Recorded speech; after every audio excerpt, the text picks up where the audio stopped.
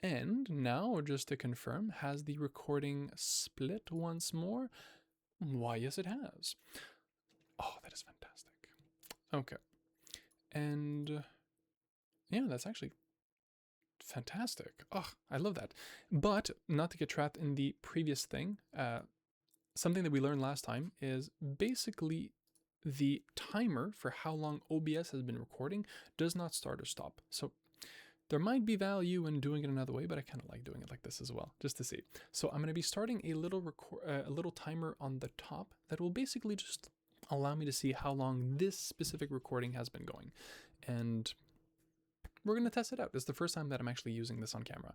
So now, with that out of the way, what is the next thing for me to do? Because basically, the last 2 hours or so, well, the hour of recording, the 2 hours that were spent between the pauses and everything, that was not exactly on the scheduled plan for what was going to be done today. So instead, basically looking at it, I've done the financial snapshot. Now, overdue communications, I was in the middle of doing that. So actually, I will return to that. Basically, I will not be showing this to you, but I am going to be executing on a task that is long overdue, getting back to people, messages, and things of that nature, because I essentially avoided it for at least 12 days, if not a little more. So I want to get back to the people who need to be gotten back to. And once I complete that task, I'll come back and check in. So see you in a little bit. I'm not back yet. I just realized the timer in top, it's just gonna continue from this point on, even if the recording is paused, because that's an extra that is not an actual tool within OBS. That's just an overlay.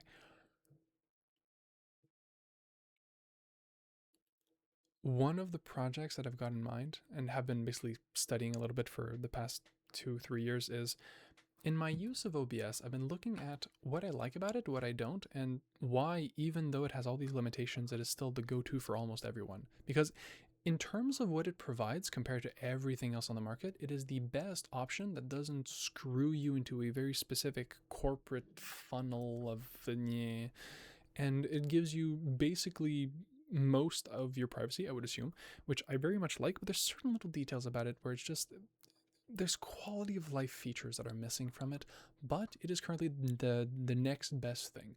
So not right now, not even for the next 3 to 5 years, but I basically have a plan on how to probably not design it in house, but to work with and support the people who will be making either an improved version of OBS within the actual company itself, working with them and supporting them and giving them advice on that if needed, or literally just a potential competitor to the product. We'll see where that goes, because also I don't really know who the people behind the OBS project are. If they're super cool and interesting people, then I would love to work with them.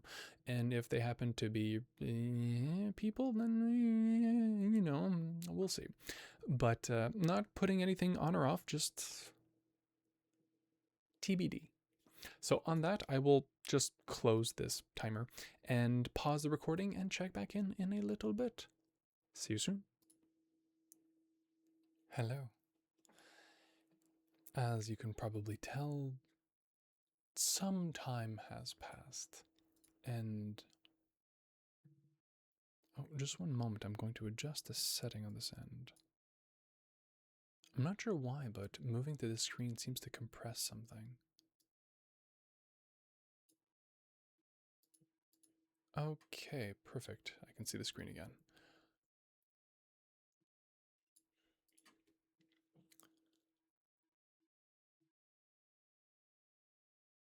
I've taken the time to respond to most of the people that need to be responded to, and a few of the people that I wanted to respond to. And as the day is coming to a close, I realize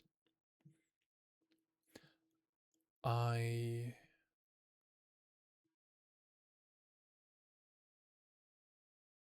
am approaching today and tomorrow and the next day.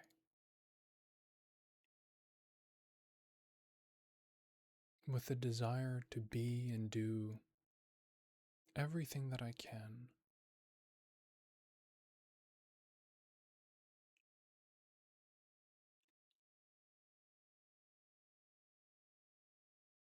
And that starts with self awareness, but it ends in self understanding, self compassion.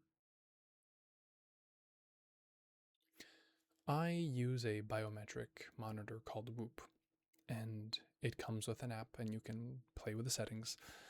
And you can also create a custom goal for yourself to literally see week by week, am I achieving my goal as a percentage? You can log certain metrics. I want to achieve this quality of sleep or recovery. I want to have this weight gain or weight loss. I want to have these biometrics. I want to do these activities X amount of times per week. I want to avoid doing these activities X times per week.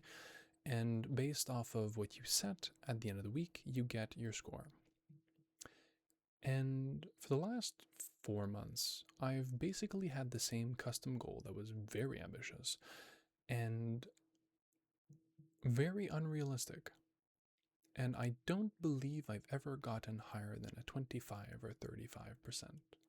And most of the time, 10 to 15 to maximum 20. So I took a look, I went through it, and I changed most of the variables. And now, if memory serves, with 5 days left of the week, I believe I'm already at 20%, which is interesting. I'm currently at, yeah, literally 20% accomplished. And if you want a quick little view of it, it looks like this.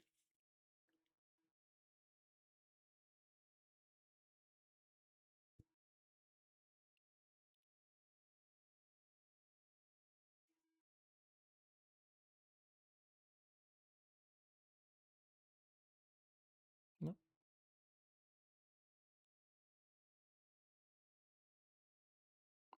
I'm not sure how the quality will capture, but it gives you an idea. Also, I'm closing the lights because I would like to be in bed within the next hour and a half, and bright lights for too long will basically just trigger the body's wake. So, also, I've turned off all the lights except for one at the desk that I've pointed upwards so it's not directly in my eyes. I've also activated the red light that I have over there. Actually, let's see if I can even show you. I'll just need to turn the camera back on. Well, the camera control app. That's basically Chinese spyware. Always impressed by how terrifying this thing is. And you can't really see it, but behind there, there's a lamp. Let's see if I can. Yeah. So, can't really be seen, but basically, on top of that dresser, where the big fleshy light is, that is where I've got a red light bulb on a regular nightstand, on a regular little lamp. Very convenient. And it gives the room a nice glow. Hmm. Hello. Let's pop back in. There we go. I didn't accomplish everything that I wanted today, but I definitely accomplished things today. And such a weight. Such a weight has been lifted.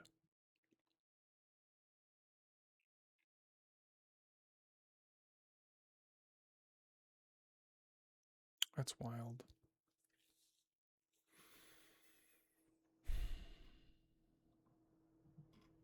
Actually, now that I think of it, I can do this. I will be just a moment. Well, technically, you can still hear me. I'm just deactivating and reactivating different presets in my camera, so I can show you a little bit more. But yeah, at the end of the day, this literally being the end of the day, I have a sense of accomplishment, of peace,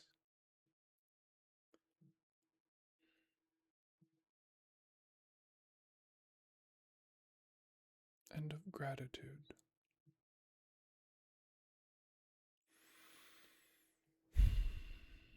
For so many, including myself.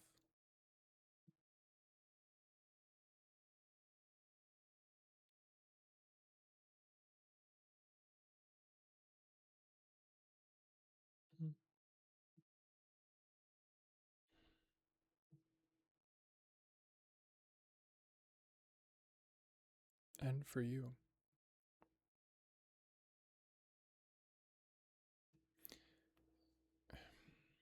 Here's the thing. I think a lot, to the point where it is, when I'm not careful, quite literally my biggest handicap and obstacle. Plans within plans within plans. If you know what I'm referring to, you will laugh. Uh,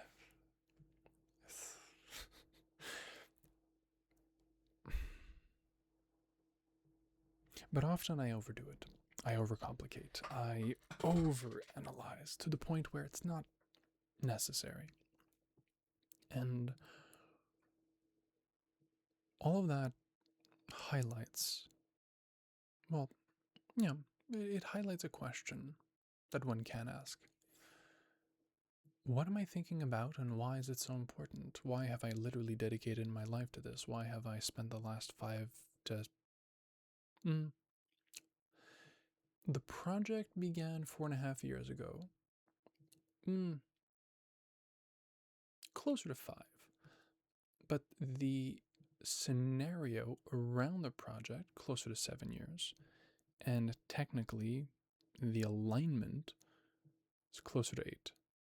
But functionally speaking, we can summarize it as 5. For the last 5 years, I've literally dedicated my life to this and many other projects, with the goal of leaving this world not only better than we found it, but to literally retire in the world to which we all could have been born. The world that was not so much taken from us, because it never existed in the first place, but the world that could have. The world that very realistically could have existed.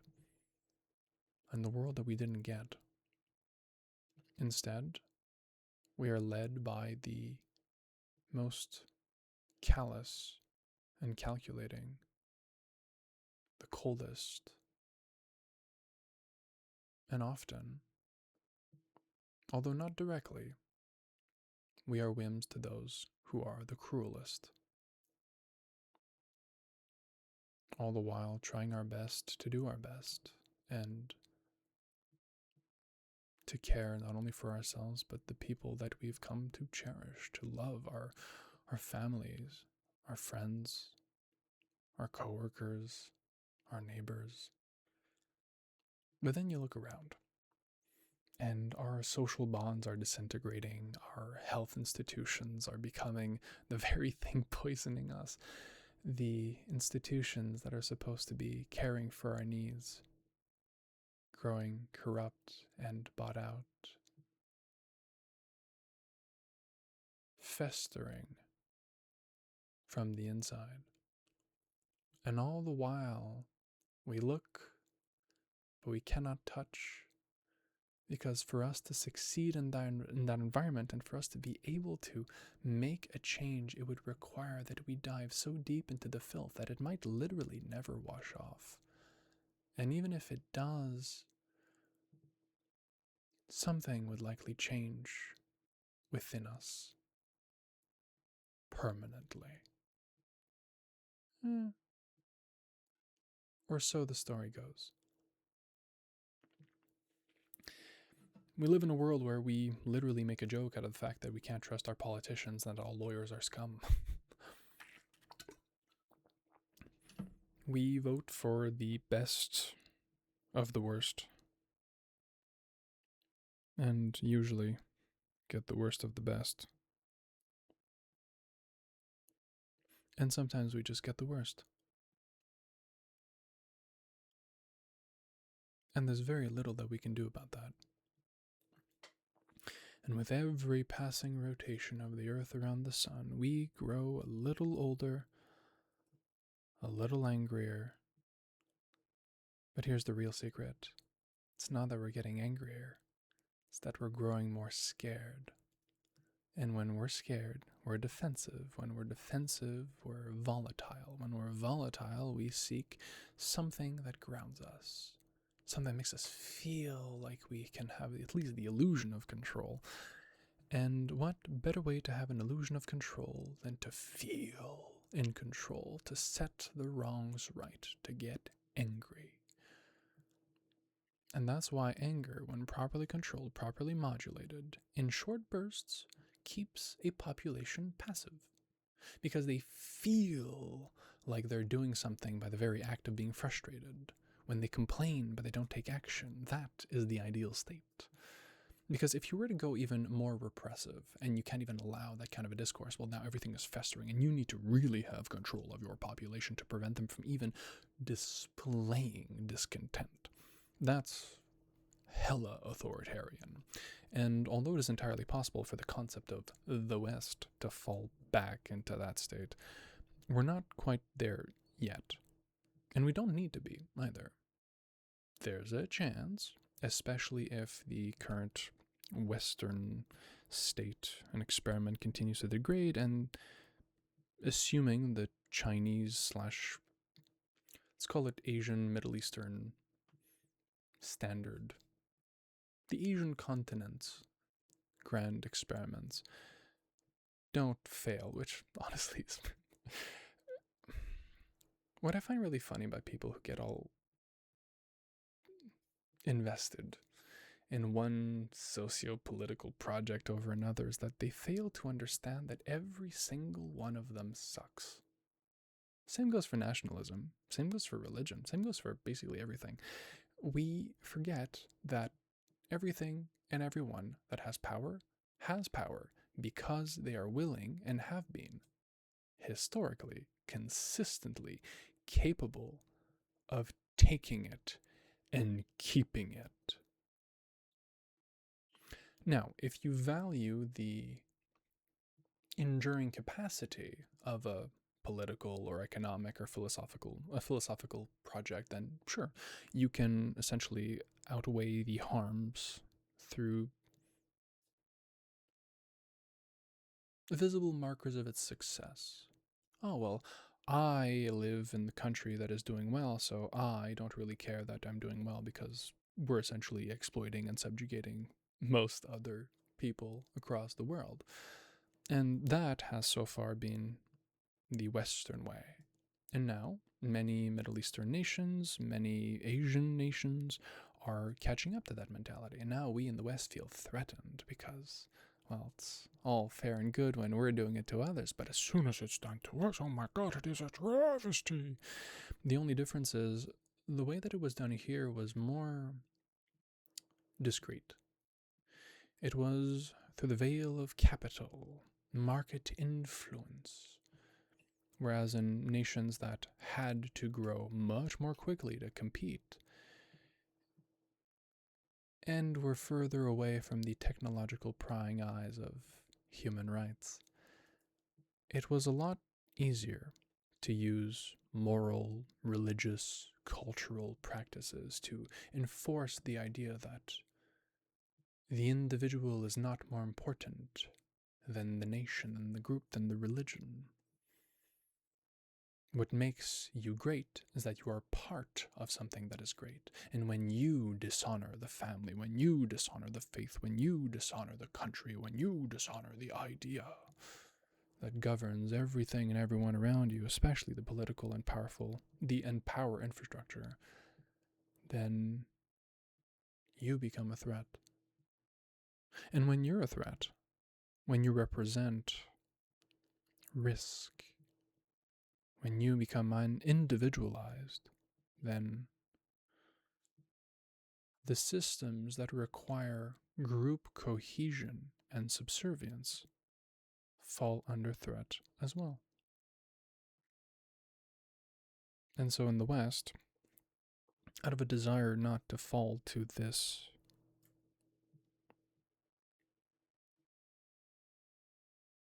callous cruelty and disregard for individual choice, we swung too hard in the other direction. And we gave the same exact autocratic like powers, but not to kings, not to presidents for life, but to the concept of money. Actually, not even, to the concept of debt. Not death, but DEBT, debt.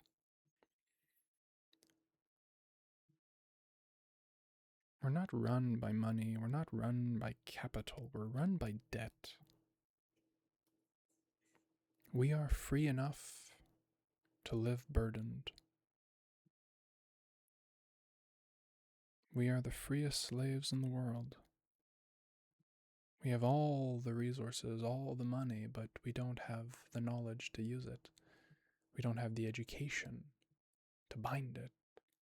We don't have the institutions to enforce it.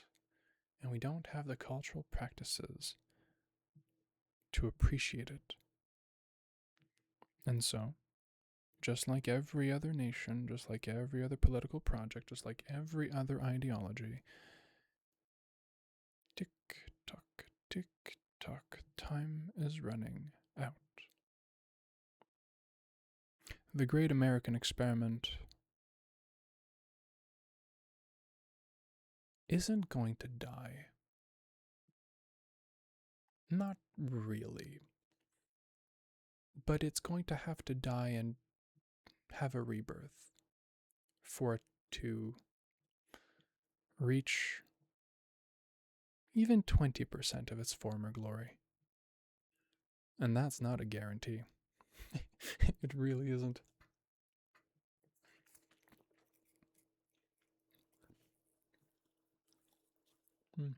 Chamomile.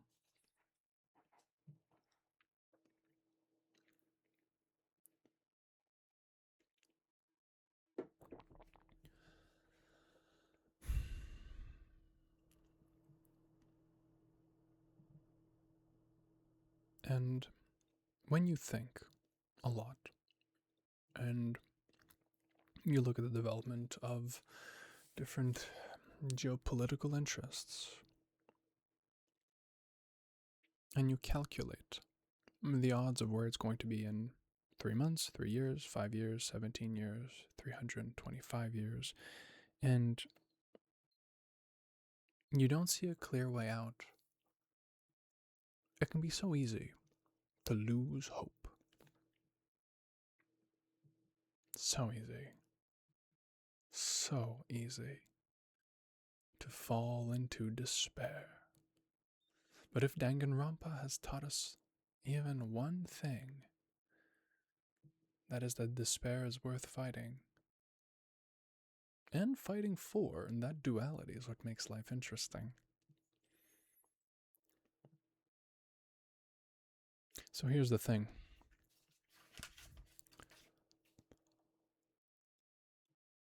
Over 6,000 hours, 18 plus journals of the main series, 10 to 15 subjournals, currently probably around 20 to 30 projects in the pipeline, 5 phases to begin the work in 2050. At least 3 companies planned. Hundreds of products ready. Ready is a strong word. Listed. Known. And so much more in the back end. All of that is culminating into one specific thing. And it will literally be one of my life's work.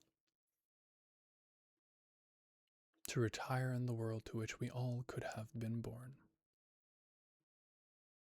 And I cannot do this alone. I don't even want to, even if I could, because that's not the point. There was a time when I wondered if I wanted to be a cult leader. There was a time when I wondered if I would make a good dictator. And the thing is, honestly, for both of those, I probably wouldn't be bad.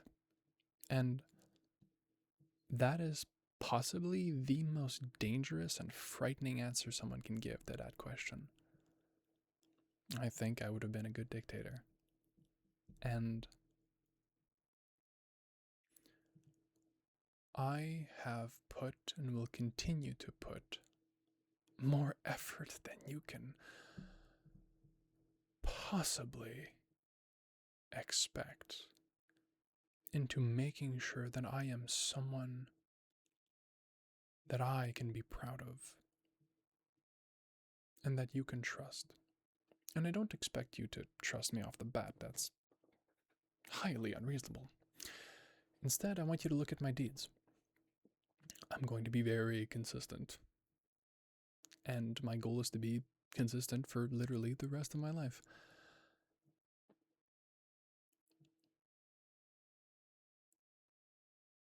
I'm honest. I'm very honest. And while I may not always be humble, I am always, to the literal best of my ability, aligned with my integrity. And so you don't need to trust that I'm going to achieve what I say I'm going to achieve.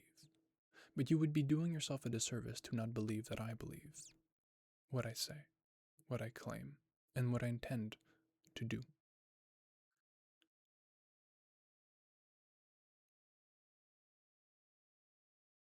We're on a path for great upheaval, whether we're talking about population collapse, immigration causing, well, the early immigration is going to be interesting, but the real issues once we have the lowball 350-ish million to a high estimate 1.2 plus billion climate refugees. That's gonna devastate everything. We are behind on research when it comes to nuclear power plants. We're behind the research when it comes to desalination. We're behind infrastructure projects, housing development, renewable resources.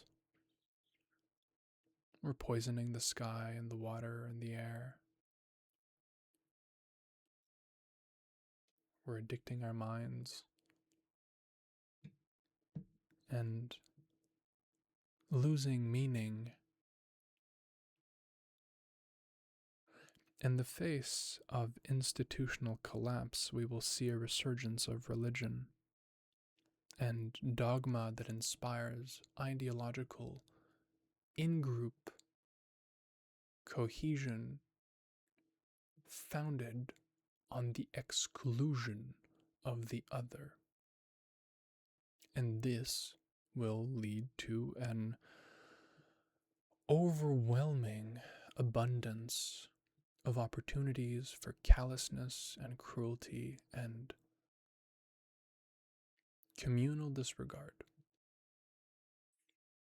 As the bonds are breaking and dividing, individual bonds will grow tighter. Religion, faith, spirituality, dogma will see a resurgence, and with it, our species will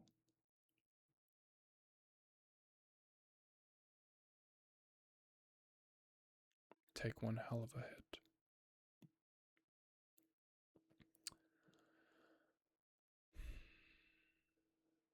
And none of what's going to happen has to happen. But it will. Because we don't have a say, and even if we did, we wouldn't know what to say, and that is by design. So how does one fight this? Well, there's an easy way. It's just the long way around.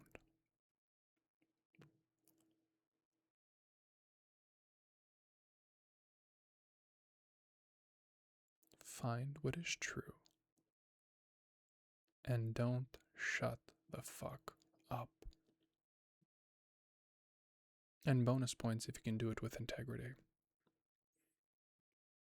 Everyone is, most, if not almost all of the time, right and wrong to about a 50-50 degree. There's always something that we don't know, that we can't take into account, and so the preemptive anticipation of being incomplete is itself a core skill. And we forget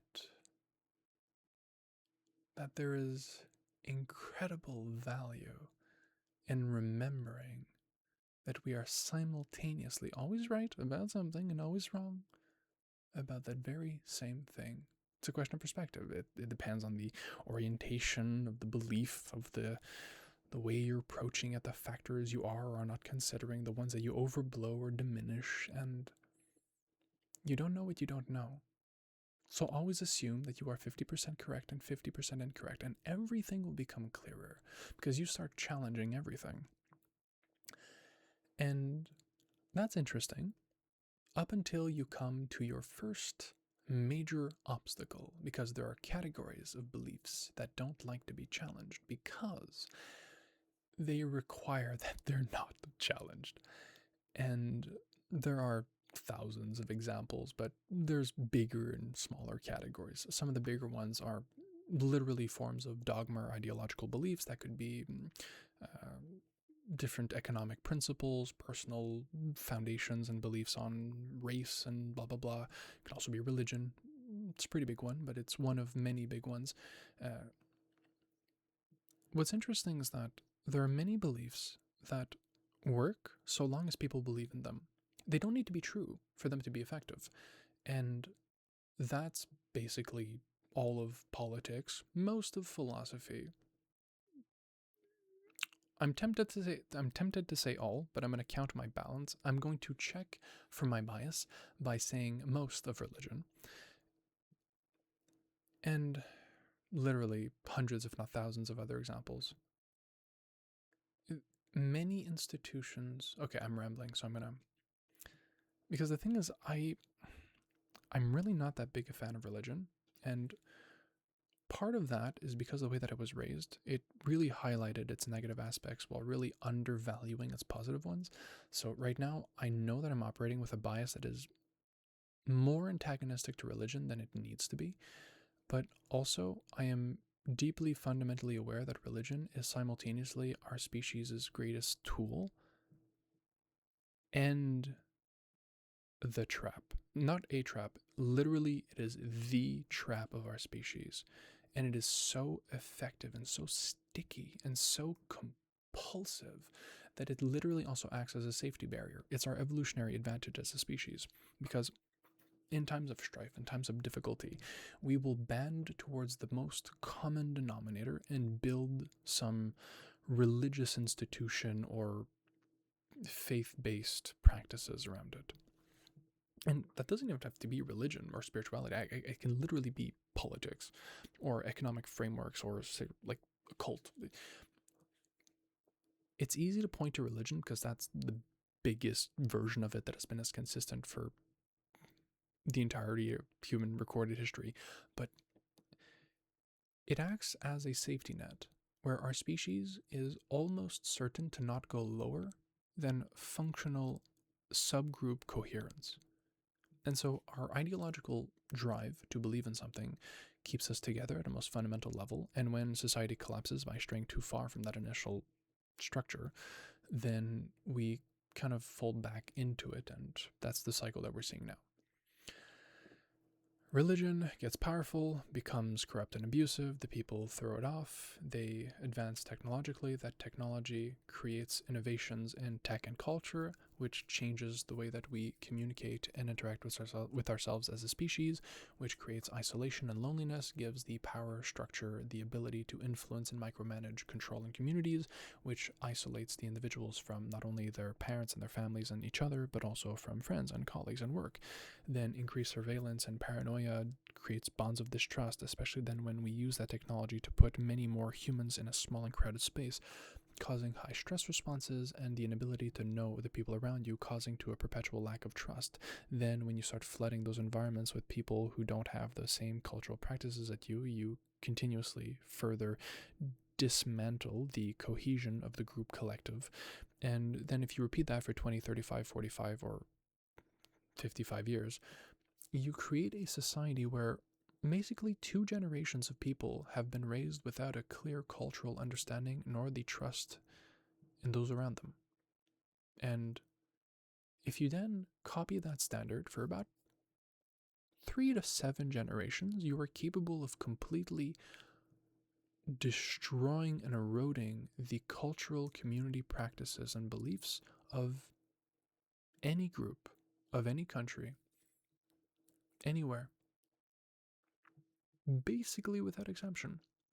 And once that happens, strife kicks in, either because they are too frail to put a check on the inner corruption that is festering, and or, usually both, some other external power will have different problems, and because they don't have that one, they have a competitive advantage, swoop in, and in many different ways create trouble and spark backlash, resulting in strife, political unrest, economic instability, food shortages, supply distribution issues, and suddenly the logistics that the empire depended on to live a nice, comforting life starts to weaken. And that's where the quote kicks in. Strong men create good times create weak men create bad times, and bad times create strong men. It's simplified, but true, on a long enough time frame. And that's what we're seeing today. We had good times built off of other people's bad times. And then when the bad people who did the bad things to give us the good times became so disconnected from the accountability of the populace, who did not want to know the price that it took to sit on a porcelain throne and literally defecate in drinkable water. The people who did not want to face the cost of that privilege. Well, they didn't really fight back when education systems and news and community infrastructure started diminishing knowledge, accomplishment, wisdom, skills. And that continues, and that degrades, and that expands upon itself. It compounds. And then we find ourselves basically where we are today. The system doesn't work for us. God, no. No. No. But more than that, the system requires that we don't know. It requires that we don't say a word. It requires that we don't have the skills to operate independently. It requires that we don't have financial literacy skills. It requires that we don't understand how our local politics work, or who we're voting for, or why we're voting for them. It requires that we don't appreciate how much has been taken from us, both in terms of what has literally been taken, but specifically, primarily, what we could have had that we don't. There is direct theft, but there's also the direct loss that comes from a lack of compounding interest. If you haven't taken the time to properly dive into everything, it can be hard to appreciate how little we actually have and how much blood it has taken to get us even this far. It's breathtaking and breath stopping. And it's beautiful, terrible, but elegant. It does its job so well that it even corrupts itself. And then the predatory system starts to predate on itself, and then essentially becomes cancerous. And that's basically what we saw with capitalism. It became late stage and it started consuming itself and consuming its inner parts' ability to feed itself. And now, I heard recently an argument that capitalism is actually dead, and I'll have to dive deeper into it to see how much I agree or disagree, but so far I'm very tempted to agree. For a while I've been saying that capitalism is dying, but he makes a hell of a good... Actually, I don't want to just drop this and not give a name. I will not be talking about it because I don't really know too much about it, but I'll recognize his face, I think.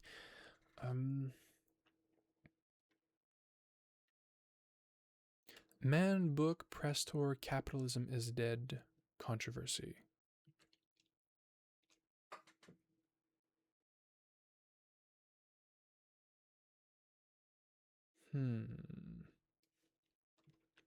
Capitalism is Dead. Is This Something Worse? By Mackenzie Work. I think that's him. Mackenzie Work. Let's see his face. Oh no, that's it. Lady or trans man? I'm not sure. But the person that I saw talking about it seemed to be a man. Well, it depends. When did they transition, if at all? Her author of Hacker's Manifesto, Gamer's Reputation.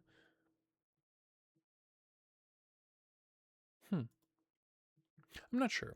Okay. It might be her, it might not be. Hard to say.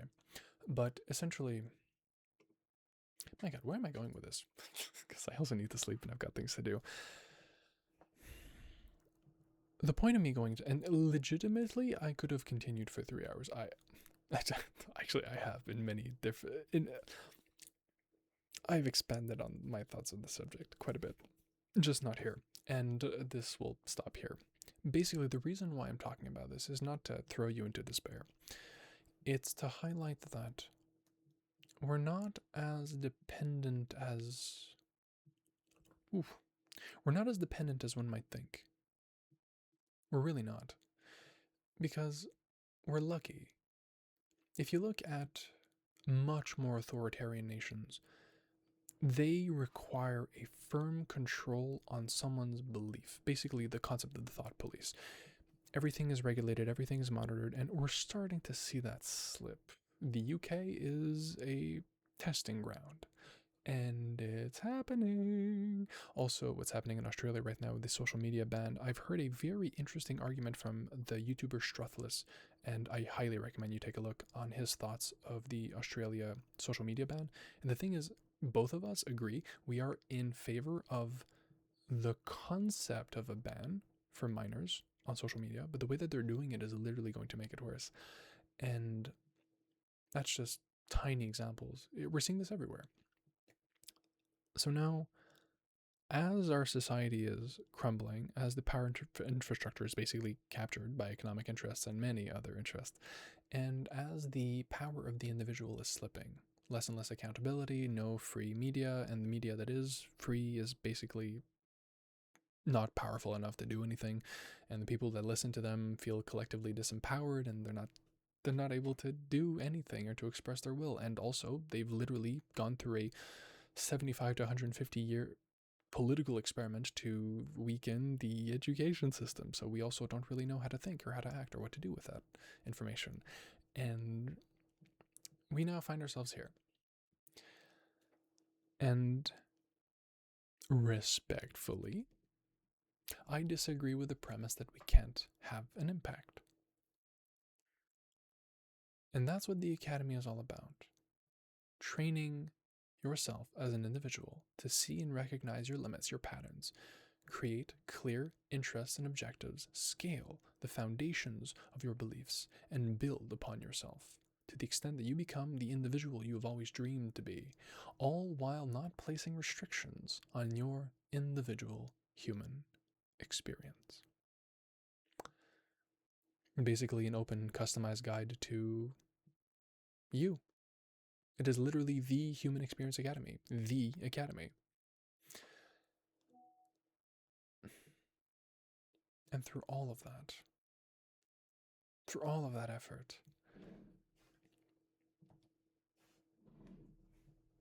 you come to understand who you are and what you stand for, where your limits limit the development of your conscious awareness.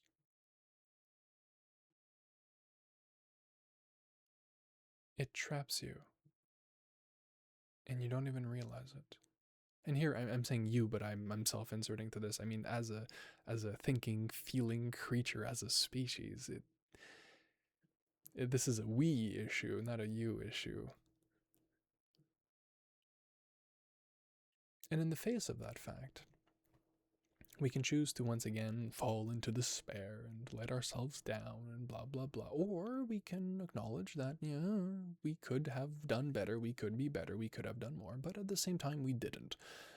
And that has to be okay because there really isn't another choice. Well, there is, but it's not a good one. If you could have done better, you literally would have. You literally would have done better if you could have, and the fact that you couldn't is why you didn't, because if you could have, you would have. Now, this is a game of semantics, like, oh, well, I could have done more, but no, because you didn't. Theoretically, your ability in the moment had more options available to you, but for the reasons that you did not choose them, whether that is psychological, physical, financial, blah, blah, blah, you couldn't. Therefore, you, as you are right now, literally, as a statement of foundational fact, could not have done better. And now, as with every other moment that will ever pass for the rest of your life, you can choose now to do better, to be kinder with others, with yourself, more patient, more understanding, more curious. And that's where the human experience kicks in. It's an open-ended adventure. It doesn't tell you who you should be, it shows you what you can be. A framework to self-analyze and assess, and to figure out, what are your values? What do you stand for? What do you enjoy? Who do you want to be at the end of the day? What does that mean to you?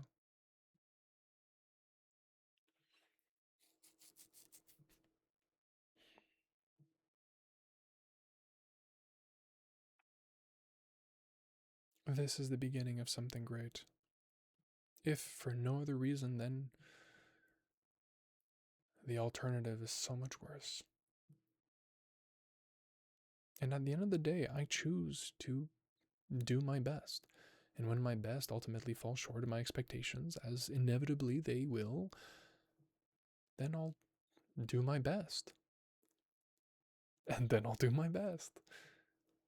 And then I'll do my best. And that is one of the greatest, most impactful lessons that I've learned these last 10 to 27 years.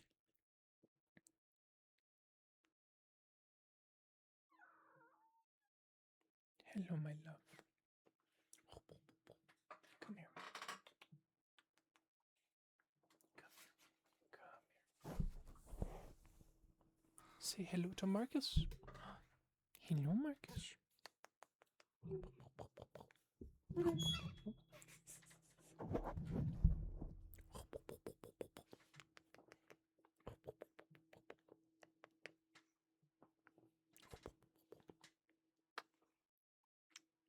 You need to trust yourself, or at the very least, trust that you are capable of trusting yourself,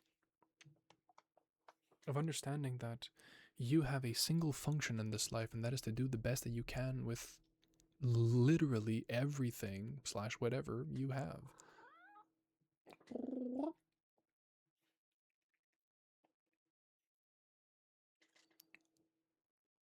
This is the adventure of your life. This is your singular human experience. So what are you going to do about that? Because you are capable of doing so much with that.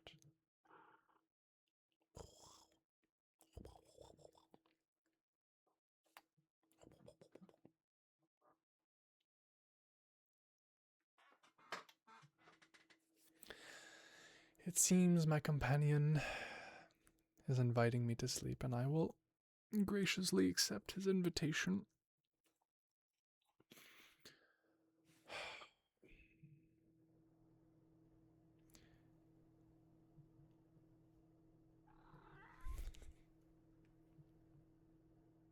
I say this partly as a pitch and sincerely as an open-ended invitation. I am literally in the process of building a school, what's the term? Community? A school community, SKOOL, and it's called The Academy. It's the as an acronym, so The Human Experience, so The Human Experience Academy. And it's currently a Series 0, Primer, 0, Series 100, Primer and Build Track, 200, Primer and Build Track, 300, Primer and Build Track, 400, Primer and Build Track, 500, Primer and Build Track, free, premium, VIP vaults, and bonus. I'm basically taking every system I have designed for myself over these last 5 years.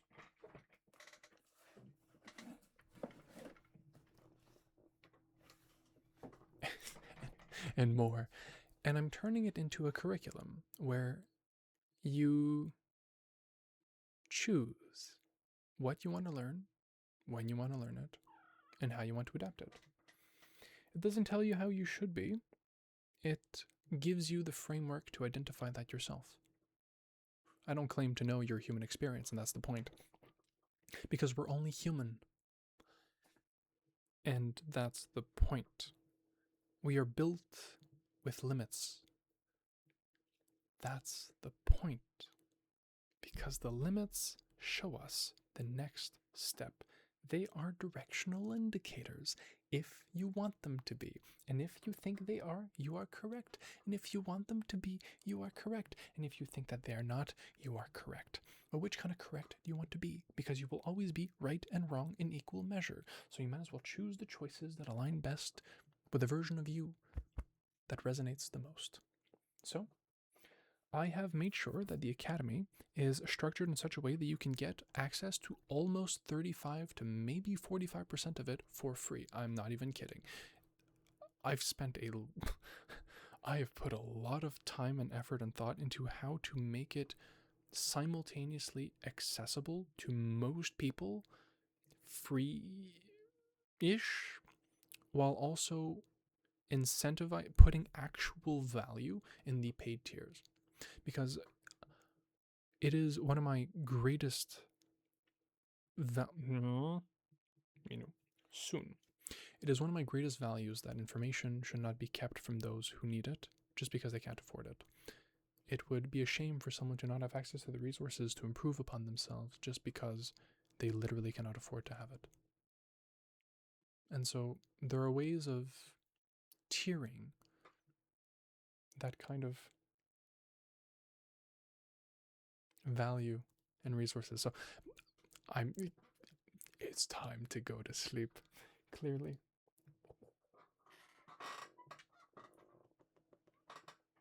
So I'll be going basically now.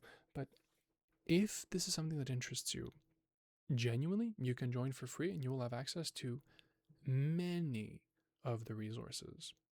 It won't be so guided, but you will have access to many of the resources. And I promise you, there is value to be found at every tier, wherever you find yourself. And also beyond that, if you're not really interested in the academy or you want to do both, I also have a Ko-Fi page where essentially it's how I am currently making a living, but it's also how people can support the projects and the effort and everything that you don't see, the thousands of hours of work behind the scenes, the notes, the journals, the documents, the literal paper that I write and print on. It makes all the difference. And even a single dollar per month, it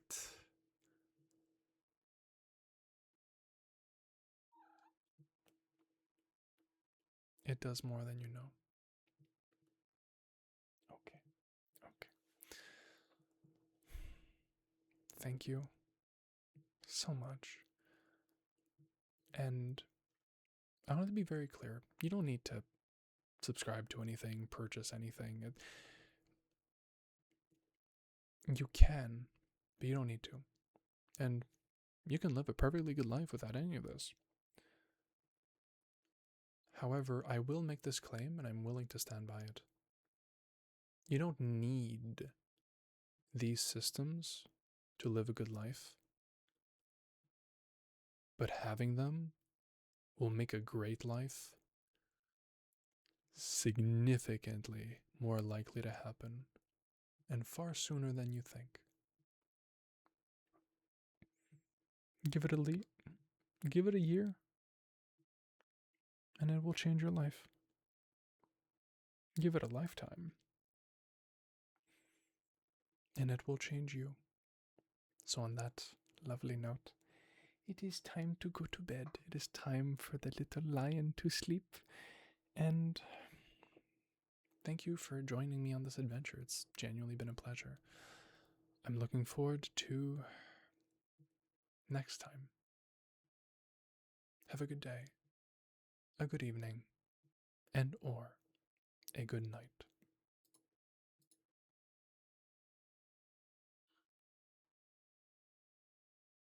Take care.